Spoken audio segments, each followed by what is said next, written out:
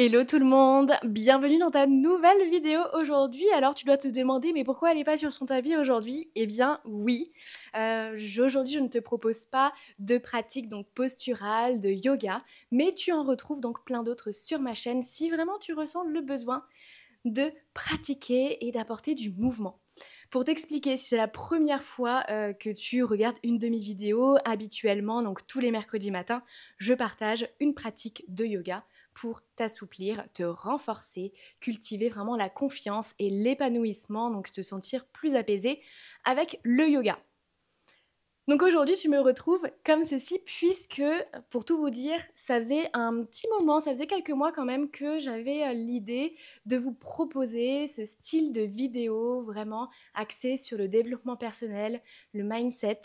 Je repoussais un petit peu, toujours ce côté un peu j'attends que ça soit parfait et puis bah voilà, je me suis remis les idées en place et je me suis dit Marine, n'attends pas que ça soit parfait, si tu as envie de faire quelque chose, eh bien vas-y, fonce, ça pourra très certainement aider et être bénéfique pour d'autres personnes puisque bah, mon souhait c'est toujours ça, c'est de créer du lien avec vous et puis bah, vous apporter plein de tips, de conseils pour vous sentir plus confiante et plus apaisée sur le tapis.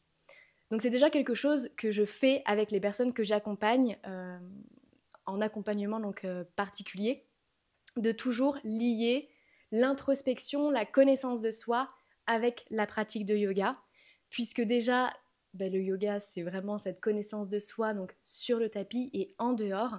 Et puis je suis aussi persuadée que quand on a envie de se sentir plus confiante, quand on a envie de peut-être apprendre à gérer ou vivre avec l'anxiété, ou tout simplement si on a des objectifs, des buts, si on ne sent plus épanoui dans notre vie à l'instant T, eh bien la connaissance de soi, l'introspection et le développement personnel est essentiel. Comme tu peux le voir, je suis plutôt bien installée. C'était vraiment mon souhait. Le but, c'est voilà, de discuter un petit peu avec vous, de vous apporter des tips, un petit peu comme si on discutait ensemble entre amis. Je voulais vraiment quelque chose de simple, tranquille, sans pression. Le but, c'est vraiment, encore une fois, de vous accompagner à vous sentir confiant, apaisé et tout en légèreté. Et si tu ne me connais pas encore, je suis Marine, je suis professeure de yoga et fondatrice de Maison Chandra. C'est un outil anti-anxiété qui verra le jour à la fin d'année. Je ne t'en dis pas plus pour le moment, mais le but, c'est vraiment de vous accompagner à la maison pour cultiver plus d'épanouissement et débuter ou progresser dans votre pratique de yoga. Donc tous les mercredis matins, tu retrouves une nouvelle pratique de yoga pour t'assouplir et te renforcer. Et une fois par mois, je te partagerai une vidéo comme ceci où on va venir parler un petit peu de mindset, de confiance en soi, de peur du regard des autres, etc. Donc n'hésite pas à me dire ce que tu aimerais retrouver en commentaire. Donc comme je te l'ai dit tout à l'heure, c'est vrai que ça faisait plusieurs mois que j'avais envie de vous partager ce type de vidéo, mais à chaque fois, il y avait cette petite voix dans ma tête qui me disait bah non, peut-être que ça plaira pas, peut-être que bah, tu n'es pas faite pour ça, tu es professeur de yoga, pourquoi faire des vidéos comme ceci, t'es pas légitime, etc., etc., etc. Donc si tu as aussi cette petite voix parfois qui vient dans ta tête, dans ton esprit, eh bien regarde bien jusqu'au bout puisque je vais te partager mes conseils, des choses que je mets en place pour moi personnellement, mais aussi des conseils que j'apporte aux personnes que j'accompagne. Et donc je me suis dit que la première vidéo, c'était une évidence qu'on allait parler du regard des autres, la peur du jugement des autres qui nous touche quand même beaucoup, quasiment tous, toutes. On est passé par là et je pense qu'on ne peut pas vraiment s'en détacher complètement. Je pense qu'on peut apprendre à oser, à faire malgré la peur du regard des autres. Et la plupart du temps, quand on a peur du regard des autres, quand on a peur du jugement, on a tendance à se figer, à ne rien faire au final.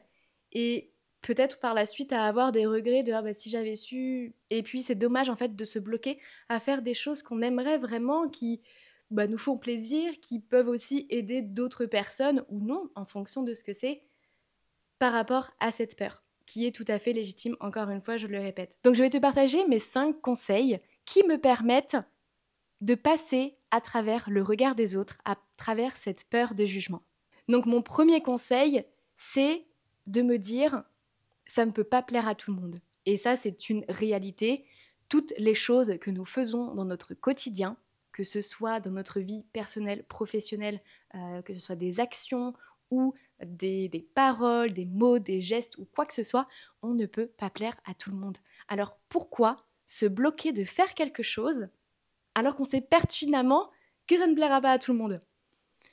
Donc il y a ce petit exercice en fait que je fais maintenant, c'est que quand j'ai envie de faire quelque chose mais que j'ai peur, déjà je me demande de quoi j'ai peur réellement. Qu'est-ce que les autres pourraient dire? Qu'est-ce qui fait que je n'ose pas faire cette chose-là?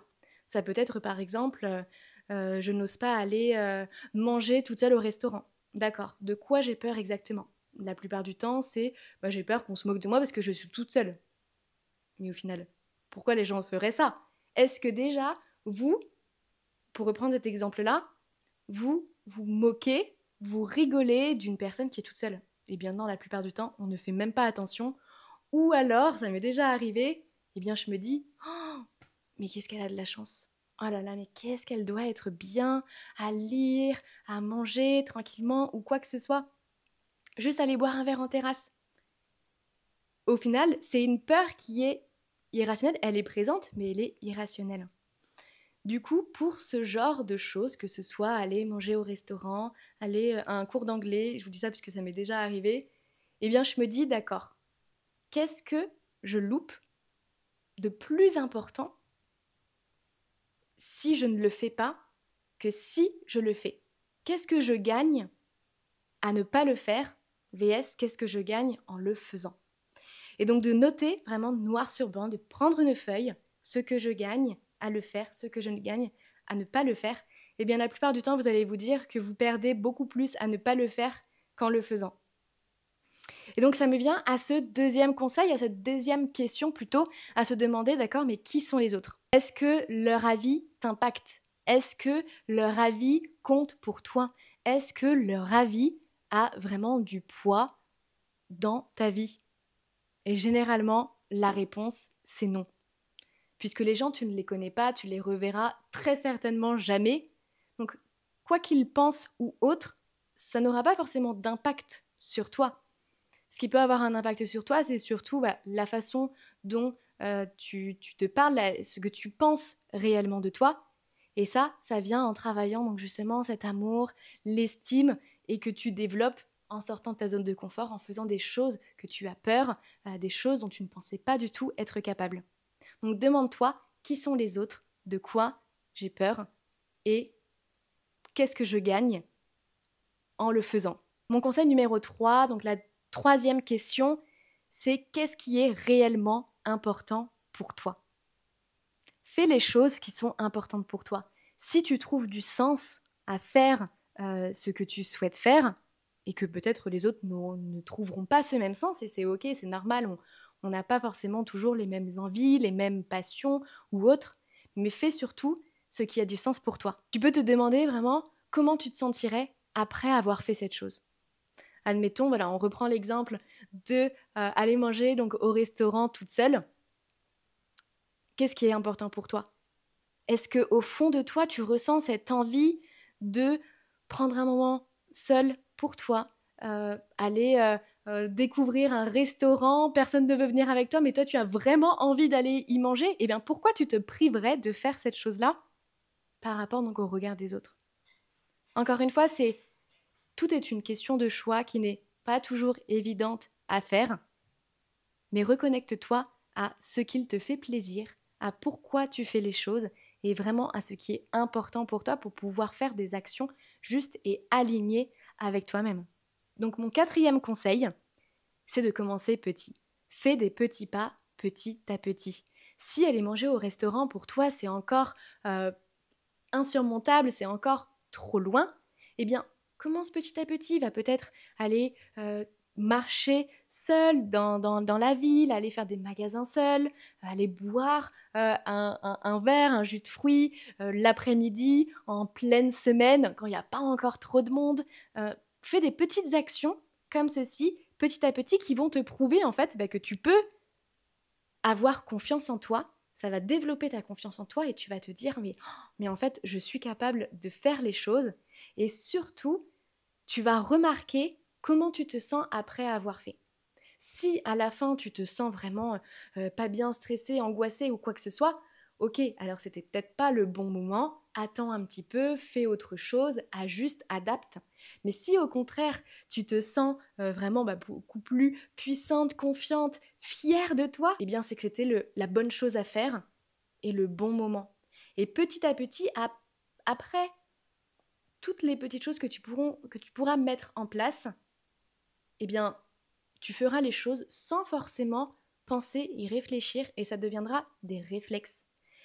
Mais surtout, prends le temps de te célébrer, de te féliciter, d'être reconnaissante et surtout de te remercier pour ces sorties de zone de confort que tu fais jour après jour. Et mon dernier conseil ici, c'est de bien t'entourer, de choisir ton entourage. Tu ne choisis pas forcément les personnes qui rentrent dans ta vie, mais tu choisis les personnes qui restent. Le fait de t'entourer, généralement, on dit que nous sommes la somme des 5 personnes les plus proches. Eh bien, je t'invite peut-être d'y réfléchir, de te demander quelles sont les personnes qui sont proches de toi, qu'est-ce qu'elles t'apportent, qu'est-ce que toi tu leur apportes, comment tu te sens avec elles.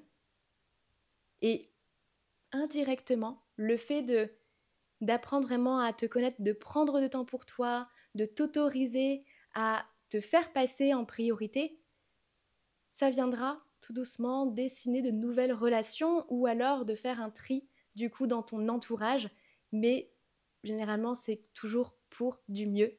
Donc voilà, demande-toi quel est ton entourage, qu'est-ce que tu leur apportes, qu'est-ce qu'ils t'apportent et comment tu te sens avec eux.